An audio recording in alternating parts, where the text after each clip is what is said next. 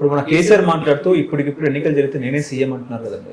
అట్లే చెప్పుకుంటాడు ఆయన, అంతే చెప్పుకోండి. దమ్ముడు ఉప ఎన్నికలు ఎందుకు వెళ్ళలేదు మొన్న కంటోన్మెంట్ ఉప ఎన్నికలో సానుభూతి రాలేదు. రాష్ట్రాన్ని దివంగతులు అయిన తర్వాత ప్రమాదంలో చనిపోతే సానుభూతి ఉండాలి కదా.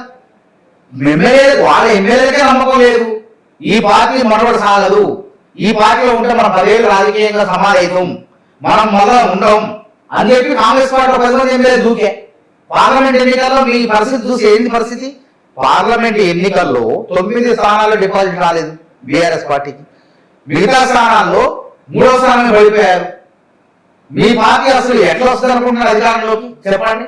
అదే ఎమ్మెల్సీ దాంట్లో పోటీ చేయరా? మీరు అందరూ గెలిచి మళ్ళీ అధికారంలోకి వచ్చేవాడు ఎమ్మెల్సీ ఎన్నికలు ఎందుకు పోటీ చేయలే? గ్రాడ్యుయేట్ ఎమ్మెల్సీ ఎన్నికల్లో మేము ప్రతిపక్షంలో ఉన్నప్పుడు గోడిగా గెలిచినా పోటీ చేసాం. జీవన్ రెడ్డి గారిని గెలిపించుకోండి. మీరు బలంగా బీఆర్ఎస్ పార్టీ ప్రభుత్వం బలంగా ఉన్నప్పుడు జీవన్ రెడ్డి గారిని గెలిపించుకున్నాం. తర్వాత ఇక్కడ పోటీ చేసినాం, ఓడిపోయి రాములాయి పోటీ చేసి ఓడిపోయింది. మళ్ళీ తీర్మానం వలన పోటీ చేసిన అధికారంలోకి వచ్చిన వెంటనే గెలిపించారు. మేమంతా కష్టపడి పనిచేసిన గెలిపించినాం. ఇక గ్రాడ్యుయేట్ ఎమ్మెల్సీ ఎన్నికల్లో పోటీ చేయని కూడా మళ్ళీ అధికారంలోకి వస్తాడు. ఎందుకు ఈ ప్రచారాలు, ఓవర్ యాక్షన్ ఎందుకు అంటాను? అతి అవసరం, అతి అనర్థదాయకం. ఇంకా చాలా ఉన్నాయి, విచారణలు ఉన్నాయి. అవినీతి ఇక్కడ దాకా వచ్చింది. కాళేశ్వరంలో డీటెయిల్ ప్రాజెక్ట్ రిపోర్టు ఏదని చెప్పి ఆ సిట్టింగ్ జడ్జి గారు అడిగిండు, ఇంజనీర్ గారిని, చీఫ్ ఇంజనీర్ గారిని అడిగిండు. ఎంత ఖర్చు పెట్టారంటే 50 లేదు 18 కోట్లు అయింది అన్నట్టు. ఆయన పినాకిని ఘోషాచరకు నువ్వు చీఫ్ ఇంజనీర్, నీకు తెలవకపోవడం ఏంది? 18 కోట్లు అంటున్నా. నేను లెక్కలు పెడితే ప్రతి పైసా లెక్క పెడితే 630 కోట్లు వచ్చింది, ఎట్లయింది చెప్పు అని అంటే సమాధానం లేదు. అది ఎవరు చేశారంటే రీడిజైన్ చేసిన అద్భుతమైన ఇంజనీరు మాజీ ముఖ్యమంత్రి గారు చేశారు, మాకు సంబంధం లేదని తప్పించుకున్నారు. కాబట్టి ఇక్కడ దాకా ఉచ్చు వచ్చినది. కాళేశ్వరం ఉచ్చు బిగుస్తుంది. కాళేశ్వరం ఉచ్చు తర్వాత ఫోన్ ట్యాపింగ్ ఉచ్చు.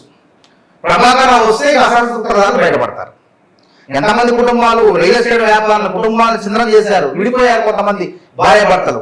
ఇంత చేసి నేను రెడ్ బుక్ వాడతా, మళ్ళీ మేము అధికారానికి ఎట్లా ఇస్తారు? అధికారం అసలు ఏ ముఖం పెట్టుకుని ఇస్తాను? ఏ ముఖం పెట్టుకుని అంటున్నా ఆ మాట అంటున్నా. ఓకే చెప్.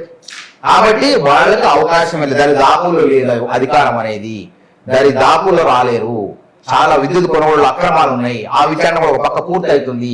అన్ని అవినీతి ఉచ్చులు పిలిచారు. కవిత గారు చూడండి, అరే ఇక్కడ కాదని చెప్పి విలీపోయి పాపం అక్కడ ఆమ్ ఆద్మీ పార్టీ నీతివంతమైన పార్టీ, అవినీతికి వ్యతిరేకంగా పుట్టిన పార్టీని అవినీతిమయం చేశారు. వీళ్ళు ఓడిపోయారు, ఆ పార్టీ ఓడిపోయింది. ఎట్లా ఏ ముఖం పెట్టుకున్నారు? తమిళనాడులో కూడా చేశారు. ఇట్లా ఇంత అవినీతి చేసిన వాళ్ళు ఈ మళ్ళీ ప్రజలు ఎట్లా ఉపయోగిస్తారు, ఎట్లా నమ్ముతారు అనుకున్నారు మీరు? ఓకే. కాబట్టి అది కళ, ఆ విధంగా చెప్పుకుంటారు తప్ప ప్రయోజనం లేదు. అసలు భవిష్యత్తులో అవకాశాలు లేవు వాళ్ళకి. ఓకే.